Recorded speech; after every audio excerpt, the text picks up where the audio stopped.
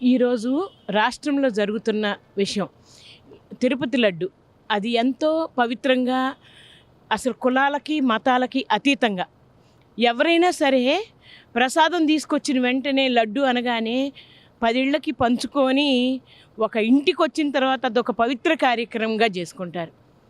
అటువంటి లడ్డూని ఈ రోజున కల్తీ చేయటం చాలా విచారకరం. ఎందుకంటే హిందువులు కాదు, ప్రతి ధర్మంలో కూడా చెప్తుంది, ధర్మాన్ని రక్షించు, నిన్ను నీవు రక్షించుకొని. అది సనాతనంగా వస్తుంది. ఈ రోజున ఈ రకంగా చేయటం చాలా విచారకరం. సిట్ మీద వేశారు దర్యాప్తు, అది దాన్ని స్వాగతిస్తున్నాం. ఎందుకంటే మేము చెప్పేది ప్రతిదీ కూడా సాక్ష్యాధారాలతోనే చెప్పడం జరుగుద్ది తప్ప ఏదో ఆలాటప్పాగా ఎవరో రాసిస్తే చదివే వ్యక్తి కాదు చంద్రబాబు గారు.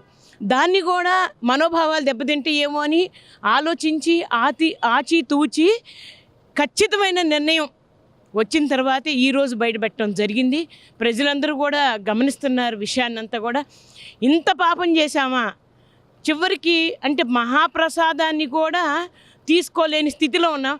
అసలే గంజాయి బ్యాచి ఒకేపున తుళ్ళుతో తూగుతూ 4 సంవత్సరాలు కనీసం కాలేజీల దగ్గర కూడా గంజాయిని విచ్చలవిడిగా అమ్మిన పార్టీ ఏదన్నా ఉందంటే వైఎస్ఆర్సీపీ.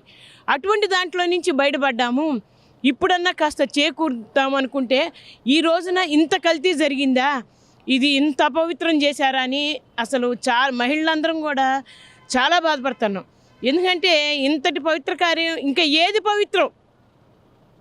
ప్రజలు గుడికి వెళ్ళాలన్నా బడికి వెళ్ళాలన్నా అపవిత్రం అయిపోతే ఇంకెక్కడికి వెళ్ళాలి, ఇంకేం తీసుకోవాలి? అంటే ఆహారంలో కల్తీలు జరిగినప్పుడు నిఘా వైఫల్యం ఎంత, అసలు నిఘా అనేది వాళ్ళ పాలనలో వైఎస్ఆర్సీపీ 4 సంవత్సరాల పాలనలో ప్రతిదీ కూడా పడకేసింది.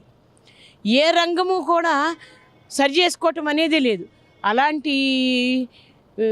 ఇట్లాంటిది స్వాగతిస్తాం. సిబిఐ దర్యాప్తుకి వాళ్ళ చెల్లెలే సిబిఐ దర్యాప్తు చేపట్టమంది. మాకేం ఇబ్బంది లేదు, చేపించమని అడుగుతున్నాం. మేము కూడా ఒక హైందవ స్త్రీగా, నేను ఒక భక్తురాలుగా నేను కూడా దాన్ని స్వాగతిస్తున్నా. ఎందుకంటే మాకు కూడా తెలియాలి కదా నిజాలు. ఇట్లాంటి కల్తీ చేసినప్పుడు చాలా విచారకరం. ఈ తెలుగు రాష్ట్రాల్లో ప్రతి మహిళ కూడా తలదించుకున్నట్టుగా అయిపోయింది. ఇటువంటి చర్యలు పునరావృతం కాకుండా చూడాలనుకుంటున్నాను.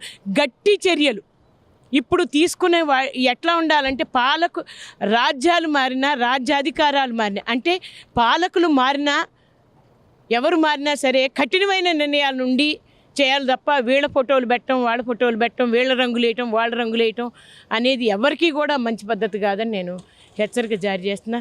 జై హింద్, జై జన్మభూమి.